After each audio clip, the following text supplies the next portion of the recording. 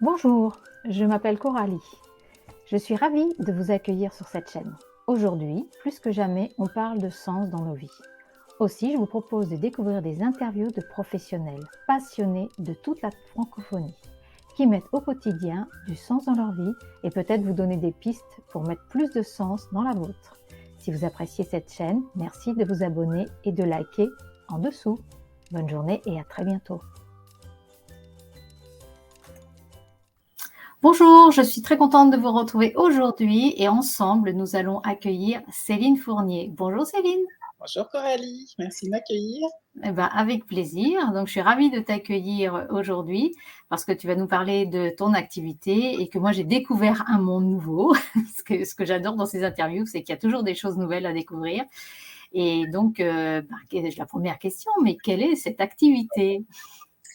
Une grande activité qui fait vraiment partie de ma vie, qui m'a sauvée à un moment de ma vie, on va dire, c'est le Longo. C'est une danse initiatique d'ancrage.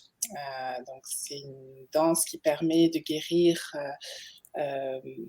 notre être, guérir nos blessures. Ça travaille sur le plan physique, ça travaille sur le plan émotionnel, ça travaille sur le plan spirituel. Donc ça va vraiment travailler sur différents aspects de nous-mêmes. Et puis libérer voilà, ce qui nous empêche d'exprimer notre être profond, on va dire. D'accord. Alors, comment t'es arrivée à comment tu as trouvé cette danse? Comment c'est venu à toi? En fait, à la base, j'étais esthéticienne, donc j'accompagnais quand même, voilà, depuis de nombreuses années, des femmes dans leur bien-être, on va dire. Et puis moi, il y a eu une période où je me suis posé aussi des questions par rapport à cet accompagnement plus extérieur. Je voyais bien que les femmes qui venaient à moi venaient effectivement pour se faire du bien, et je pense que c'était plus un besoin de bien-être intérieur, effectivement. Mmh. On travaillait sur l'extérieur, et on ne choisit pas son métier par hasard aussi, hein. C'est À ce sûr. moment-là, ça répondait à mon besoin d'accompagner ces femmes-là. Et puis, je commençais à faire de la danse africaine parce que pour moi, c'était important. Voilà, il y a eu une période où j'étais vraiment plus dans l'entrepreneuriat, et donc j'avais vraiment délaissé toute cette partie d'activité pour prendre soin de moi. Mmh. J'ai recommencé à reprendre de la danse. Donc la danse africaine, à ce moment-là, j'ai fait d'autres types de danse auparavant. Depuis que j'ai 5 ans, voilà, j'ai pris des danses de jazz, classique et autres. Et puis, la danse africaine a vraiment été une révélation pour moi à ce moment-là. Mmh. Ça a amené beaucoup de joie, beaucoup de pétillement à l'intérieur de moi. Mmh. Et puis, voilà, dès qu'on remet en route notre corps d'une certaine manière, il y a beaucoup de choses qui changent aussi à l'intérieur de nous. Donc il y a eu, on pourrait expliquer ça, quelque chose qui a explosé à l'intérieur de moi, où j'étais plus en accord, en fait, avec ce que je vivais. J'avais une vie pourtant qui paraissait idyllique de Mmh. l'extérieur, mais c'est comme s'il manquait du sens, en fait, à l'intérieur de ça. D'accord. Et je savais pas par quelle boule prendre, comment faire pour vraiment aller chercher cette nature profonde. Et puis, donc il y a eu un blackout. Ouais. Mmh. Je suis descendue dans mes profondeurs, hein. On va dire qu'il y a eu, on appelle ça la nuit noire de l'âme. Mmh. Donc pendant 3 ans, j'ai erré, on va dire, à l'intérieur de moi pour comprendre qu'est-ce que je faisais ici, qu'est-ce que c'était quoi le sens, en fait, d'être sur terre. Mmh. Et donc voilà, ça a mis un petit peu de temps. Ouais. Mmh. Puis à un moment donné, j'ai rencontré Elima. Il y a eu un moment, je pense qu'il y a un sursaut d'élan de vie. Je me suis dit: «Là, il faut vraiment que je trouve quelque chose pour me sortir de cet espace-là qui était vraiment pas confortable», hein, Ouais. qui a été essentiel, on va dire, pour faire table rase de plein de choses de ma vie. Et puis, voilà, je vais faire un atelier avec Elima. Donc Elima, c'est le fondateur du Longo. Ouais. Donc le Longo, c'est une danse initiatique qui vient du Congo. Et Lima, en fait, a été initié tout petit là-bas. Et dans sa famille, en fait, c'était des guérisseurs. En fait, par la danse en Afrique, on guérit beaucoup Mmh. par danse. Donc, il y avait 3 danses autour de lui, 3 types de guérisseurs. Et lui, il a combiné en fait ces 3 danses pour voilà, faire naître le Longo. Mmh. D'accord. Et dès la première matinée où j'ai découvert cette pratique-là, ça a été, voilà, j'en pleurais en fait. Mon âme pleurait de joie, de dire ça y est, j'ai trouvé ce qui va me sortir de cet état de où j'étais complètement perdue dans le nez. Mmh. Là, c'était vraiment, ça rejoignait en fait la passion de la danse africaine que j'avais connue, même si c'est D'accord. vraiment pas du tout le même type de danse, parce que la danse africaine, on est plus dans quelque chose de festif, ça bouge beaucoup, on danse beaucoup. Longo, c'est vraiment une danse introspective. C'est une danse où on va se connecter vraiment à notre corps, à notre être. Donc, ce sont des mouvements qui sont très lents. On va apprendre une séquence, on va répéter, répéter, répéter jusqu'à rentrer dans un état de transe, mais tout en étant ancré. D'accord. Donc voilà, ça rejoignait l'aspect méditatif qui pour moi était difficile parce que j'ai un esprit Qui bouillonne beaucoup. Et là, pour la première fois, c'était une forme de méditation qui permettait de faire le vide dans mon esprit. Là, je suis vraiment reconnectée à mon corps. Et puis tout en faisant voilà, une pratique que j'aimais à la base. Donc ça il y avait voilà, cette sensation de bouger notre bassin. Il y avait vraiment un espace qui est important dans notre bassin. Hein. Et donc, il y a eu vraiment une reconnexion totale avec cette pratique-là, comme si c'était quelque chose que je reconnaissais en fait. Donc, ça a été vraiment une belle rencontre. Et puis, le lendemain, j'ai dit à Ilma, est-ce que je peux rentrer en formation? Il y avait un cursus de formation de plus de 2 ans. Donc, oui, ça a été le coup de foudre, quoi. Ça a été le coup de foudre. Et puis, voilà, je suis rentrée en formation le mois suivant, parce que c'était au mois de décembre, et puis au mois de janvier, la formation démarrait, donc j'ai pas eu beaucoup de temps à patienter. Mais dans ce que tu dis, oui, on entend le mot ancrage, on entend le mot bassin, on entend mouvement du corps. Donc, bon, moi, j'ai regardé un petit peu, j'ai été curieuse suite à ce que tu m'avais dit. Déjà, on va mettre ça sous ta vidéo, bien sûr, tes liens. Et puis, je suis allée voir donc cette personne à l'origine. Et c'est vrai que c'est pas l'image que j'avais de la danse africaine, qui, moi, m'attirait pas plus que ça. Mais j'étais fascinée à regarder ces mouvements parce que il y a un calme. C'est quelque chose qui est posé, qui est rythmé, mais en étant calme, rien que de regarder, bon, en plus c'était dans la nature, mais ça, enfin, je ressentais déjà un apaisement. Je me sentais pas spécialement hyper speed, mais c'est vrai qu'on sentait tout de suite cet apaisement. Et donc on sait, surtout chez nous, les femmes, le côté ancrage, bon ça c'est pour tout le monde, mais le bassin, beaucoup de femmes ont des problèmes liés au bassin. On parlait du plancher pelvien avec d'autres personnes dernièrement, que ce soit dans le chant, que ce soit dans le travail de musculation de cette zone. Mais bon, toutes les femmes qui ont des difficultés par rapport à tout ce qui tourne autour de cette région-là, j'imagine, apportent vraiment un bon bénéfice. Enfin, je ne sais pas quel type de cliente tu as par rapport à ça. Alors moi, les personnes que j'accompagne, c'est beaucoup des personnes qui sont dans leur mental, qui ont du mal à décrocher, qui ont du mal à faire le vide, comme moi, qui avaient une difficulté dans un espace de méditation ou rester assise. Oui. Le mental continue toujours de s'agiter. Après, il y a des personnes qui ont le bassin qui est bloqué. Donc, moi, je le vois aussi en massothérapie, puisque maintenant, je me suis formée aussi en massothérapie. Voilà, c'est toute une région qu'on doit aussi des fois retravailler manuellement.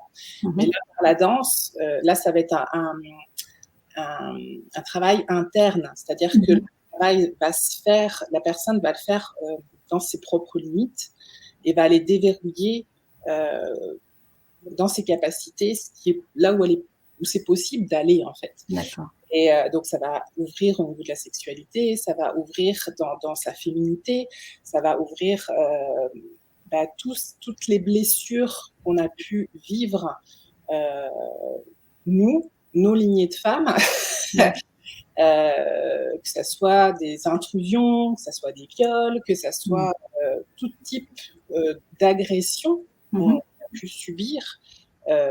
Et ça peut être quelque chose de tout simple comme une visite chez le gynécologue, ça peut être aussi au moment de l'accouchement. C'est vraiment une zone qui a été Maltraitée. maltraitée, ouais, depuis des siècles. Et Donc, peut-être même oubliée par les femmes, parce qu'on a tendance à mettre un peu de la distance. parce que de l'autre côté, donc après être entrée en formation avec Elima, j'ai aussi, en parallèle, je me suis formée avec Miranda Gray. Donc elle est à l'initiative de la bénédiction mondiale de l'utérus. Donc moi, je proposais ces méditations depuis déjà quelques années, donc j'avais envie d'aller plus loin, on va dire, de la rencontrer, cette personne-là, savoir qu'est-ce qu'elle avait à apporter. Et là, ça m'a ouvert un autre champ des possibles par rapport à ce qui se passe dans notre bassin, qu'on a complètement oublié depuis l'époque qu'on a mis les sorcières sur le bûcher. On a oublié la connaissance de cette puissance qui est dans notre bassin, qui est reliée au cycle de la lune, qui est reliée au cycle des saisons. On n'est pas juste une femme dans le néant. On est une femme interconnectée avec toutes les femmes qui peuplent la Terre, l'univers, et connectée à tellement plus grand que nous. Et du coup, j'ai fait une association entre le Longo et les sagesses féminines pour vraiment que les femmes se réapproprient cette zone-là, cette puissance-là. Oui. C'est un mot qui est même la puissance. Les femmes en ont peur. Oui. Nommer, de dire oh là, la puissance, c'est comme si c'était quelque chose qu'on ne pouvait pas accéder. La puissance pour les hommes. Mais nous, en tant que femmes, nous, on doit être gentille, douce. Mais ça ne contrarie pas. Genre, notre puissance intérieure, c'est oser se révéler en tant que femme. On veut que le monde change. Qu'on soit plus en respect de la nature, parce qu'aujourd'hui, on n'est pas dans cette direction-là, même si ça tend, même s'il y a de plus en plus de monde qui prennent conscience qu'il faut changer la donne. Mais ça va avec, c'est-à-dire que le respect des femmes va avec le respect de l'environnement. C'est exactement la même chose. Donc, si on respecte la terre fertile, notre bassin, c'est notre terre fertile. Notre bassin est là pour concevoir un enfant, c'est une terre fertile. Mais on n'est pas que ça. On n'est pas fait que pour avoir des enfants. On est tellement plus grand que ça. Et comprendre que voilà, il y a différents aspects qui jouent en nous avec ce cycle qui est merveilleux et qui a été bafoué. Et on voit aujourd'hui les conséquences que beaucoup de femmes ont des problèmes de cycle menstruel, qui ont un SPM qui est explosif au niveau émotionnel, qui ont des douleurs pendant les lunes rouges, qui ont du mal à avoir des enfants aussi, hein. Beaucoup de femmes. Enfants, donc tout ce qui touche à la femme, et plus on va repousser en fait cette puissance qu'on a à l'intérieur de nous, plus ça va amener des complications à l'intérieur de notre corps. C'est vraiment c'est une sagesse qu'on a en nous. C'est pas quelque chose qu'on a à apprendre. On a juste, moi, ce que je dis, j'ai rien à vous apprendre. Tout est en vous déjà. J'ai juste à vous redonner le chemin pour y accéder. Et puis après, il y a rien de plus naturel que ça. Ouais, c'est ça. Il faut des outils, des aides. Ouais, c'est ça. Et alors, justement, tes outils, tes aides, toi, tu fais de quel type d'accompagnement? Donc, je fais des accompagnements en individuel. Donc ça peut être vraiment quand il y a une thématique particulière, c'est important de le faire en individuel. Donc après, ça se passe sous forme d'atelier, donc en présentiel. J'ai créé un programme aussi où les femmes peuvent commencer à s'approprier ce que c'est que ce cycle féminin, avec 4 grandes énergies qui circulent. Donc là, c'est un programme avec chaque jour des rituels, des petits exercices pour qu'elles s'approprient en fait les 4 sagesses. Et puis, comment elles vont pouvoir l'intégrer, elles, dans leur quotidien. Parce que c'est bien joli de dire, oui, il y a 4 sagesses, mais j'en fais quoi? Comment je réintègre ça dans ma vie, dans mon quotidien, en tant que maman, en tant qu'épouse, en tant que femme? Parce que c'est ça, c'est à partir du moment où on se réapproprie cette puissance-là, ça bouge. Mhm. Ça permet aussi de se nommer, de dire, moi je sais qu'avec ma fille, quand j'arrive dans ma période prémenstruelle, je lui dis, bon, attention, j'arrive Mhm. dans cette phase-là, tu sais ce qui peut arriver, donc viens pas me titiller. Mhm. Ça permet en fait d'enlever des disputes. Elle sait que c'est pas le moment pour venir me chatouiller parce que de toute façon elle sait qu'elle aura pas gain de cause. Ouais. Mhm. Il y a des périodes qui sont plus adaptées quand Mhm. on a besoin de parler. Pareil, quand on veut on veut aller voir son patron, quand on veut aller voir son banquier, il y a des phases qui sont plus propices parce que Mhm. plus dans l'envie de discuter. Oui. Quand on est dans nos lunes rouges, on n'a pas envie, on a envie d'être sous sa couette Mhm. et on n'a pas envie d'aller rencontrer les gens. Donc Mhm. c'est arriver à comprendre qu'il y a des moments propices pour faire certaines choses importantes. D'accord. Pareil, quand on est en SPM, c'est pas parce qu'on voit clair dans cette période-là, donc on voit tout ce qui ne va pas. Donc là, on va dire, je veux plus mon mari, je veux me séparer. Non, il y a des émotions où on voit effectivement ce qui ne va pas. C'est pas pour autant qu'il faut quitter son mari, surtout pas cette période-là, bon, à moins qu'il y ait des choses qui se Oui. passent. Mais il y a des phases qui sont, voilà, cette phase-là, ça va permettre de voir, moi j'appelle ça les saisons, c'est-à-dire Mhm. qu'on est dans notre SPM, on est dans notre automne intérieur. À l'automne, qu'est-ce qui se passe au Les niveau des feuilles arbres? tombent. Mhm. Les feuilles tombent, donc on se délaisse de tout ce qu'on n'a pas plus besoin. On est aussi dans notre créativité. Mhm. C'est pas encore le moment, en fait, il va falloir que l'hiver mature tout ça Mhm. avant de vraiment s'en débarrasser. D'accord. Au printemps, on va voir, pour que l'énergie remonte, Mhm. Mhm. c'est là où on va prendre action. Ouais. Là, on aura l'énergie nécessaire. Donc, si vraiment c'est le moment de se séparer, ce sera là qu'il faudra le faire, par exemple. Mhm. Donc, D'accord. il y a des périodes propices, mais pas quand on est dans l'émotionnel. Mhm, bien sûr. Donc, ça permet vraiment de dire, de comprendre qu'il y a des moments qui sont judicieux pour certaines choses, d'autres pas. Et puis, bah, ça nous aide, ça nous soutient vraiment dans notre quotidien. D'accord. Et donc, tu me disais que tu faisais donc en présentiel une partie de ton Donc, activité. donc, il Et y a donc, des... tu es sur quelle région? Parce que c'est important de savoir où tu es. Alors, bah, je suis au Canada, donc au Québec, plus précisément dans les Laurentines, mais je bouge aussi dans d'autres endroits du Québec. C'est en projet que je revienne donner des ateliers en France, mais pour l'instant, il n'y a pas de date. Ouais. Tu dis que je revienne parce qu'on sent bien que ton accent, il n'est pas québécois. Hein. Voilà, je suis française d'origine. Une expatriée. Et c'est ça, je suis partie il y a 5 ans, en D'accord. 2018. Ça fait 5 ans que je vis au Canada, mais donc il y a des possibilités de le faire aussi en ligne. Donc c'est ça que je vais t'expliquer. Effectivement, il y a le programme pour comprendre le cycle féminin, mais qui est aussi associé avec le Longo. Je donne des cours aussi en ligne. Donc là, c'est pour les personnes qui veulent intégrer une méditation en mouvement dans leur quotidien. Il y a un abonnement où elles peuvent aller 24 heures sur 24 pendant un an. Voilà, elles ont besoin de se recentrer, ben, elles savent qu'elles peuvent aller dans cet espace-là. Donc il y a les cours évidemment pour apprendre le mouvement et puis après faire la méditation. Et Donc, on puis, mettra tous les liens sous la vidéo, comme ça. avec plaisir. Et puis après, il y a des personnes aussi qui veulent apprendre cette pratique-là. Donc là, je suis en train de mettre en place la formation pour des thérapeutes. D'accord. Aussi qui pourront utiliser un mouvement du Longo associé en fait au cas de sagesse du cycle féminin. Ça permet d'avoir une autre pratique que quand on reçoit en cabinet des personnes qu'on accompagne. Des fois, juste de parler, ça peut être une bonne chose pour libérer, mais des fois, rentrer dans le mouvement, ça peut être aussi une autre façon de libérer. Tout à fait. D'accord. Et tu fais ça depuis combien de temps? Depuis 2016. D'accord. Ça fait un petit peu.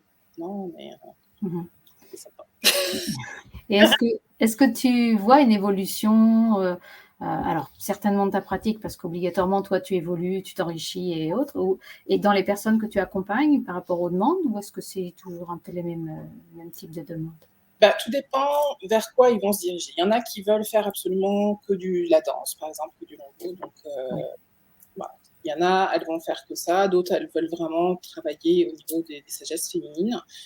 Donc, forcément, ça va s'entrecouper, mais les portes d'entrée ne sont pas toujours ne sont pas toujours les mêmes. Mais Mhm. la finalité sera la même, puisque de toute façon, voilà, ça reste une proposition que moi, j'ai rassemblée. Parce que D'accord. c'est essentiel. Moi, c'est vrai que moi, les personnes que j'aime accompagner, parce que je suis aussi comme ça, moi, je suis hypersensible, donc j'ai une facilité d'accompagner ces personnes-là aussi. Mhm. Quand on est hypersensible, ben voilà, comme j'expliquais tout à l'heure, on est beaucoup dans notre tête, donc on quitte notre corps. Oui. Parce qu'on a tous nos sens, en fait, sont tout le temps sollicités, donc il y a des moments où on a besoin d'aller reprendre l'air, puis des fois, c'est pas toujours évident d'aller reprendre l'air Oui. là où on est. Donc, plutôt que de sortir notre corps quelque part pour aller prendre l'air, ben, notre âme s'en va, notre esprit s'en va et on n'est plus présent dans notre corps. donc, qui peut présenter des dangers. Parce que moi, j'explique toujours, c'est comme si vous laissiez la maison, les fenêtres et les portes ouvertes pendant un certain temps. Il y a des chances que personne ne rentre, puis il y a des chances qu'il y a des personnes qui rentrent à un moment donné. Donc, c'est toujours un risque dans le visible comme dans l'invisible. Donc là, pour moi, c'est important, voilà, l'ancrage, revenir dans le corps et être consciente en fait de son environnement, consciente que il se passe des choses autour de nous et il faut que notre corps suive. C'est-à-dire que pas qu'on dissocie en fait notre corps de notre esprit. Et donc ça, c'est vraiment le côté le plus précieux qui aide. Puis tout le côté de l'anxiété, hein, puisque l'hypersensibilité va avec de l'anxiété aussi. Donc ça va soulager aussi. Ça ne le retire pas, hein, parce que quand on est anxieuse, moi je suis anxieuse de nature, des fois il y a de l'anxiété qui peut arriver suite à un choc, mais les hypersensibles, souvent, ça génère de l'anxiété parce qu'ils ressentent tout. Donc là, ça permet de créer des bouffées d'oxygène régulières. Ouais, l'hypersensible et une hypervigilance, en fait, donc c'est vrai que ça la fatigue déjà. C'est ça. Donc cette danse-là, elle agit aussi au niveau de l'énergie, hein, puisque notre énergie, elle est localisée au niveau de notre bassin. Donc si c'est cristallisé à cet endroit-là, l'énergie va pas circuler dans le corps. Donc, et y compris aussi avec les sagesses féminines, c'est-à-dire que si on ne s'écoute pas dans notre cycle féminin, c'est-à-dire que si on ne se repose pas dans notre hiver intérieur, qui est donc nos lunes rouges, si on reste, comme la société nous demande, d'être toujours au printemps, hein, toujours dans l'activité, ça marche pas. Demander à la nature de rester au printemps toute l'année, ça ne marche pas. On s'en rend compte en ce moment, hein. Voilà, ça crée des bouleversements. Donc là, si on ne va pas dans cet hiver-là, ça peut rester un petit moment, 2 ans, 3 ans, 4 ans. Puis on voit tous ces burn-out qui arrivent parce que les personnes ne se sont pas autorisées à ralentir, ne sont pas autorisées à se reposer suffisamment. Puis le burn-out, il va créer un hiver qui va durer. Oui, c'est ça. Et pour moi, je le vois comme ça. Un burn-out, c'est un hiver. On a besoin de récupérer toutes les années qu'on ne lui a pas données, en fait. Oui, tout à fait. Et si tu te replonges dans ton enfance, est-ce que toi, tu vois des liens avec qui tu es aujourd'hui? Cette envie d'aider les autres femmes autour de toi? Alors, aider, oui. Moi, je suis une petite sœur. Ma grande sœur est née avec un handicap. Donc, pour moi, c'était comme une vocation. Je me suis toujours, je me vois toute petite à 4-5 ans, mes parents l'avaient emmenée voir un magnétiseur et moi j'étais restée en salle d'attente et je me disais qu'est-ce qu'il est en train de lui faire pour lui faire du bien, et je me vois déjà à ce moment-là dire c'est ça que je veux faire quand je serai grande. Donc, le fait de prendre soin, d'amener les personnes à vivre mieux ce qu'elles traversent ou ce qu'elles vivent, c'est ancré depuis. Pour moi, c'était une révélation, donc c'était déjà là. Je pense qu'on arrive sur Terre avec, avec une, entre guillemets, une mission de vie, et je pense que c'était déjà là. C'est juste que c'est pareil, ça a été un révélateur. Hein, donc après, il faut trouver ses outils, hein, parce que tous les outils sont extraordinaires. Après, il suffit simplement de trouver celui qui nous convient, qui nous fait plaisir. Et puis ça, moi, je suis passée par l'esthétique, donc ça a été prendre soin de cette manière-là. Et puis après, je me suis éloignée, même si je faisais des massages, je me suis éloignée des massages parce que le longo, c'est vraiment une médecine à part entière. et c'est comme si elle m'avait demandé de me dédier entièrement à elle pour vraiment intégrer jusqu'au cœur de toutes mes cellules sa médecine, en fait. D'accord. Il y a eu une période où je ne pouvais plus rien lire de quoi que ce soit. C'était comme si j'étais en intégration, tout ce que j'étais en train parce que Lima nous apprenait, et il fallait que ça descende. Donc ça a mis un certain temps pour, pour que ça s'intègre, même si je le transmettais. Je ne pouvais pas faire autre chose. Donc là, la thérapie c'est revenu en force, parce que c'est quelque chose quand même qui proposer des massages, voilà, pour moi c'est vraiment très complémentaire. Et puis je sentais que ça poussait, hein, que c'était quelque chose qui était aussi important pour moi, puisque voilà, j'ai un don de magnétisme, donc j'ai reçu le message qu'il fallait que je m'y remette, parce que j'avais ce don-là et qu'il fallait que je l'offre au monde, quoi, hein. C'est pas garder pour nous, hein, les cadeaux, les dons qu'on nous a fait, hein, donc ouais, c'est ça. Et aujourd'hui, quel sens tu donnes à cette activité? Passe toute ma vie, c'est-à-dire que c'est pas une activité pour moi, c'est je transmets ce que je vis moi, dans mon être, je le partage en fait. C'est bien au-delà d'une activité. Je pourrais pas moi faire quelque chose qui a pas de sens pour moi, qui même dans les soins que je propose en massothérapie, des fois j'essaye des formations, puis c'est pas forcément ce qui me convient. Je vais pas le proposer. Donc ce qui me fait du bien à moi, je l'offre aux autres. Donc c'est bien au-delà d'une activité, c'est ce qui a changé ma vie à un moment donné. Et donc je suis persuadée que ça aidera d'autres personnes que moi. Et tu ressens qu'il y a un besoin au niveau du féminin actuellement? Oui, il y a un grand besoin, il y a eu une grosse évolution. Moi, je trouve quand même, depuis quelques années, on voit fleurir des cercles de femmes partout. Oui. Donc ça, c'est beau. Ça montre qu'il se passe des choses, puis ça se voit à l'extérieur. Il y a quand même des choses qui ont bougé aussi. Il y a eu des mouvements comme MeToo, des choses comme ça qui sont sortis. Bon, il y a encore du travail à faire, hein. Et puis, on sent que ça résiste de l'autre côté aussi. Donc, il faut rester vigilante. Après, moi, je ne suis pas une féministe parce que pour moi, le féminin et masculin est important. Dans le Longo, on le vit, de comprendre que c'est pas parce qu'on est un homme, parce qu'on est une femme, on a les deux polarités en nous. Donc c'est vraiment aller faire la paix avec ces deux polarités qui vivent à l'intérieur de nous. Il n'y a que comme ça que le monde changera. Donc, c'est pas les femmes ou le féminin qui doit reprendre le pouvoir. Oui, il faut se battre parce qu'on était tellement loin qu'il a fallu remonter. Donc le mouvement féministe a sa raison d'être.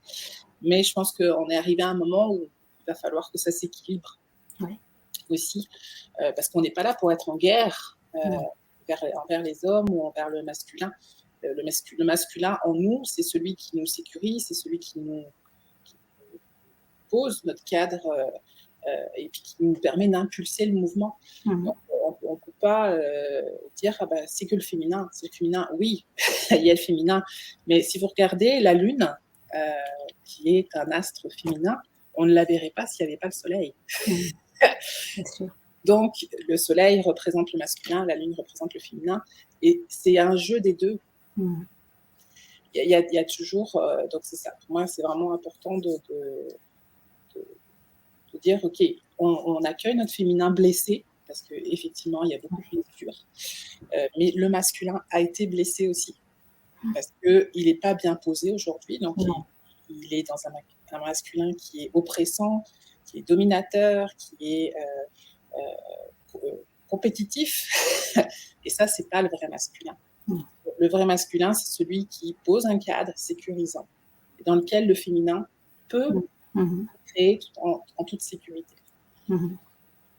Oui, mais comme tu dis, même si on voit aujourd'hui, il y a encore cette force du masculin, on voit quand même beaucoup d'hommes qui sont pas très bien là-dedans et qui ne savent plus trop se situer non plus. Hein, donc, effectivement, C'est Oui, oui, c'est c'est là qu'on signe voit qu'il y a que quelque ça chose a qui bougé. bouge. Ouais, ouais. Oui, oui, oui, oui, ça bouge, ça bouge. Donc, et c'est sûr que les hommes aujourd'hui savent plus où sont leurs places trop, Mmh.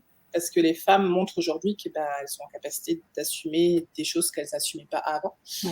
Donc les hommes se disent bah oui mais alors, c'est quoi notre place? Mmh. C'est ça. Donc eux, bah, il faut qu'ils accueillent leur féminin aussi. Ah oui, oui, oui. Ah oui, un juste équilibre, effectivement. C'est que ça soit les hommes, que ça soit les femmes, parce que les femmes sont mis en fonctionnement comme les Mmh. hommes. Mmh mh, bien sûr. Pour jouer dans la cour des hommes, bah, il a fallu s'adapter. Ouais. Donc là, les femmes doivent se réapproprier leur féminin et Mmh. puis initier leurs hommes. Mmh. Effectivement. Et, et on se rend compte, moi je vois, bon, c'est sûr, plus tard, pas des jeunes hommes, mais vers la quarantaine, les hommes se réouvrent à Mmh mh. leur part féminine plus Mmh. facile. Mmh mh. Et moi, je vois, bah, là, par exemple, on est en lune descendante, donc dans l'énergie, on est dans la même phase que quand on est dans notre phase prémenstruelle, donc la Mmh phase mh. où il y a beaucoup d'émotions. Et moi, je vois mon mari dans cette semaine-là, les émotions sont beaucoup plus chaotiques. Mmh mh. On D'accord. voit bien que eux aussi, si on veut bien regarder, mais on Mmh pourrait mh. se dire: «Mais qu'est-ce qu'il a? Pourquoi il est comme ça?» Mmh. À rester dans le jugement. Mais quand on comprend et qu'on apprend en fait ce fonctionnement-là, on se dit: «Oui, OK, cette semaine-là, il est dans ses Mmh. émotions, pas de problème». C'est assez logique. Et est-ce que toi, tu te fais coacher aujourd'hui? Tu te fais accompagner? Oui, bah, parce que c'est important. Mmh. On peut pas avancer, évoluer, si on se fait pas, accompagner. Pour moi, Ouais. c'est vraiment important. Donc ça D'accord. peut être par, des thérapeutes, Mmh mh. puis, après, bah, c'est du coaching, aussi professionnel, hein, pour Mmh aussi, mh. regarder, une vision et puis évoluer aussi dans notre façon, d'entreprendre. Ouais, d'accord. Mmh. Mmh mh. Et tu vois quand même des personnes qui sont quelquefois en souffrance, tu accueilles tout ça et qu'est-ce que tu fais pour te ressourcer? Moi, bah, tout ce que j'offre déjà. Ouais, Moi, je danse tous les matins. Déjà, je ouais. fais du tango tous les matins parce que ça, c'est essentiel. Ça arrive que je ne danse pas et ça s'en ressent dans la journée. Ah oui. Mmh mh. Donc, je vois bien la différence quand je démarre ma journée avec ça. Et puis, bah, il y a des fois, voilà, la vie qui fait que, et puis, bah, c'est pas grave, hein, il n'y a pas de jugement à avoir là-dessus. Je vais 2 fois à la piscine aussi. Mmh mh. Pour moi, c'est essentiel aussi d'aller se ressourcer. Euh, Bah, pour moi, l'eau est un élément, Mmh. ça fait beaucoup de bien. Et puis, bah, je masse beaucoup, donc on donne beaucoup de notre corps quand on masse. Donc si on fait pas une activité, donc moi je fais pas de la natation pour être dans la performance, hein. Moi je suis dans la natation pour justement relâcher mes muscles, Mmh. amener effectivement du lâcher prise pendant un temps parce que D'accord. là on donne. Et puis après, bah, il y a aussi toutes des semaines de développement personnel ou des week-ends, des fins de semaine, des choses comme ça, évidemment. Mmh. D'accord. Alors Céline, sinon, est-ce que tu peux me dire quel est ton prochain grand rêve? Oh, grande question. Oh, bah si, les rêves, les prochains rêves, c'est de voyager, reprendre les voyages. Oui, c'est vrai. Ouais, ça c'est l'envie. Bah, c'est ça, le fait d'avoir immigré, bah, é évidemment, il s'est passé des choses ces dernières années qui nous ont empêchés de voyager, mais au-delà de ça, quand on immigre, Mmh heu mh. bah, le processus d'immigration fait que notre facilité à sortir du territoire est pas forcément évident. Ouais. Donc, et finalement, c'est une bonne chose parce que ça nous permet de vraiment faire nos racines Ouais. sur ce nouveau territoire, hein, parce que Mmh c'est mh. rien de changer de pays, mais comme de changer de région. À Oui. partir du moment où on change de lieu d'habitation, il faut refaire ses racines, hein. Mais c'est vrai que changer de pays, ça nous coupe tous nos repères. Donc, on a besoin Mmh. de refaire des racines pour se sentir en sécurité. Ouais. Que ben là, je sens que voilà, c'est le moment d'aller de nouveau bah, pour Oui. Mmh m'enrichir mh. de nouvelles façons de faire, nouvelles façons de voir le monde. Et Mmh donc, c'est mh. ça les prochains projets. À venir, d'accord. Est-ce qu'un jour tu penses, ou tu souhaites, ou alors c'est juste une idée comme ça, enseigner ta façon de pratiquer? Heu, Par la formation, ouais, celle que je suis ouais, en train de mettre en place, c'est ça, donc c'est ça serait vraiment ta méthode, puisque tu as rassemblé plusieurs choses, donc ça serait vraiment ta méthode. là, c'est vraiment pour c'est plus pour des femmes, hein, évidemment, que je souhaite former. Mais là, c'est vraiment une formation qui associe et le Longo et les sagesses féminines. Parce que pour moi, c'est ce qui a changé et ce qui a révélé ce que je suis aujourd'hui. Donc j'ai envie que ça se déploie et que d'autres personnes ça aide plus de femmes encore. Ouais. D'accord. Donc là, on est à peu près à 10 minutes de la fin de l'interview. Donc, comme je pose toujours cette question, avec toutes tes activités, en plus, tu es un entrepreneur autonome, comme vous dites au Québec. Comment est-ce que tu t'organises? Est-ce que tu aurais un conseil à donner sur quelque chose que toi, tu as découvert, que tu as mis en pratique et qui est efficace pour toi?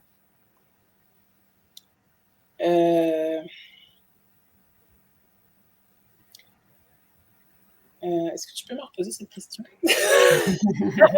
Si tu avais un conseil à donner à quelqu'un qui s'installe, par exemple, ou même pour dans le domaine privé, quelque chose qui lui permette d'être mieux organisé ou plus efficace, ou d'arriver à faire des choses qu'elle a tendance à repousser, est-ce que tu as C'est ça, pour moi, la meilleure organisation que je me suis donnée, c'est par la compréhension du cycle féminin.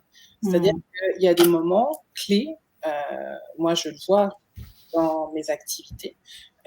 Comme je fais des programmes, je dois par exemple tourner des vidéos, ensuite je dois monter. Donc il y a tout un processus à faire. Au départ, il faut même dire ok, qu'est-ce que je vais mettre dans telle vidéo, faire un enchaînement. Donc rien que ça, j'ai essayé par exemple de tourner des vidéos pendant mes lunes rouges ou pendant ma période prémenstruelle où on est en descente énergétique. Mais je me suis dit, allez, j'y vais quand même, j'essaye. Et puis, j'étais pas satisfaite du résultat, évidemment. Parce que physiquement, déjà, notre physique change aussi, hein, au courant du cycle. Donc, beaucoup de jugement. Et puis, on est dans une phase où on se juge énormément. Donc, je n'étais pas satisfaite du résultat du tout. Donc, je refaisais. Jusqu'à un moment, je me suis dit, mais t'es bête ou quoi? C'est ça, c'est là où finalement, c'est pas une question de tête, c'est une question d'expérimentation, de dire, mais oui, je vois le fonctionnement du cycle, c'est pas le meilleur moment pour faire ça. Le meilleur moment, c'est quand je suis dans un élan d'énergie, donc c'est soit juste après les règles, mon printemps intérieur ou mon été intérieur, où là, j'y vais, quoi. Donc, le tournage, c'est pendant cette période-là. D'accord. Donc, je vais faire un maximum de mes tournages pendant cette période-là. Et puis après, faire les montages, même si j'ai le visage bouffi, même si c'est pas très grave. Là, je vais faire mon montage, ça dérange personne, ça demande moins d'énergie puisque là, je suis pas obligée d'être en mouvement. Donc c'est ça, c'est dans l'organisation, c'est respecter ses énergies de son cycle. Alors, il y a des essais-erreurs, hein, parce qu'encore aujourd'hui, ça m'arrive encore de faire des choses et me dire non, c'est pas le moment. On n'est pas à la bonne phase. Attends, des fois, c'est difficile parce qu'il y a une forme d'impatience ou une envie. Mais c'est pas grave. C'est pour ça, c'est aussi, quand je nomme ça, c'est aussi de se dire, c'est pas parce que je le sais que je l'exécute parfaitement. Oui, je suis en souplesse. Et puis je suis en chemin, donc moi aussi je fais encore des erreurs avant d'arriver effectivement à être vraiment en phase avec ces énergies. Enfin, on revient de loin, donc il faut se réapproprier, ça prend du temps. Mais au fur et à mesure, maintenant je sais que voilà, c'est les vidéos, c'est pas cette phase-là qu'il faut faire. Mais alors ça, c'est pour les femmes qui ont encore des règles, mais pour les femmes qui sont ménopausées. Non, mais je connais déjà la réponse hein, parce que j'ai étudié aussi le sujet. Donc, la question. Oui, ça ne s'arrête pas. Beaucoup de femmes pensent, on leur a fait croire, et puis elles ont oublié, puisque voilà, ça a pu être retransmis, qu'à partir du moment où il n'y a plus de cycle, il ne se passe plus rien. Ou voilà, on n'est plus bonne à rien, puisque la société reflète aussi, hein, de dire tu n'as plus la possibilité de créer, d'enfanter. Donc, allez, au rebut. Non, c'est la magie qui opère. En fait, quand on arrive dans cette phase prémenstruelle où dans cette phase pré-ménopause ou ménopause, là, c'est le cycle de la Lune, en fait, qui va reprendre. C'est pour ça que je disais, c'est vraiment se reconnecter à notre bassin qui est connecté au cycle de la Lune, qui est connecté au cycle des saisons. Donc, les 4 grandes énergies dont je t'ai parlé tout à l'heure, on les retrouve dans le cycle de la Lune. Ouais. Comme les hommes dont tu parlais tout à l'heure. Exactement. Donc, il y a le premier quartier, donc qui va de la nouvelle Lune donc là, ça dure une semaine, jusqu'au premier quartier.